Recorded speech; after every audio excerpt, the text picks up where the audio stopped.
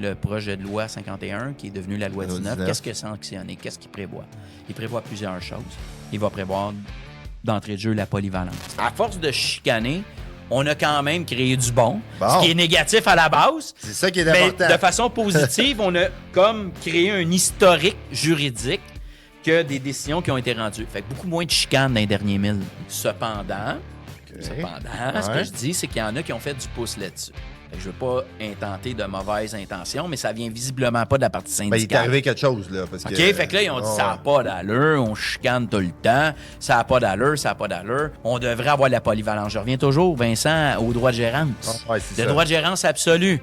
Moi, j'ai mon entreprise, je veux faire ce que je veux pas être limité. Mon gars, il est capable de faire. Fait que moi, j'ai un électricien, mais si je veux qu'il fasse, c'est que la mécanique, une baisse de colonne, c'est que ou ben non, qu'il touche à quelque chose de mécanique ou même voir un panel d'ascenseur, je veux qu'il puisse le faire. Je veux pas qu'il soit limité. Ouais, c'est ça. OK?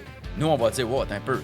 Il va y avoir un aspect santé-sécurité, il va y avoir un aspect de métier, il va y avoir un aspect formation, il va y avoir un aspect qualification, puis aussi qualité durable des travaux. Exact. Fait que nous autres, on va preacher ce qu'on preach. Fait qu'on a dit que dans le projet de loi 51, c'est ça qu'on mettait de l'avant. On disait, wow, attends un peu. Moi, là, une polyvalence à outrance, j'ai un problème puis j'ai un bémol avec ça.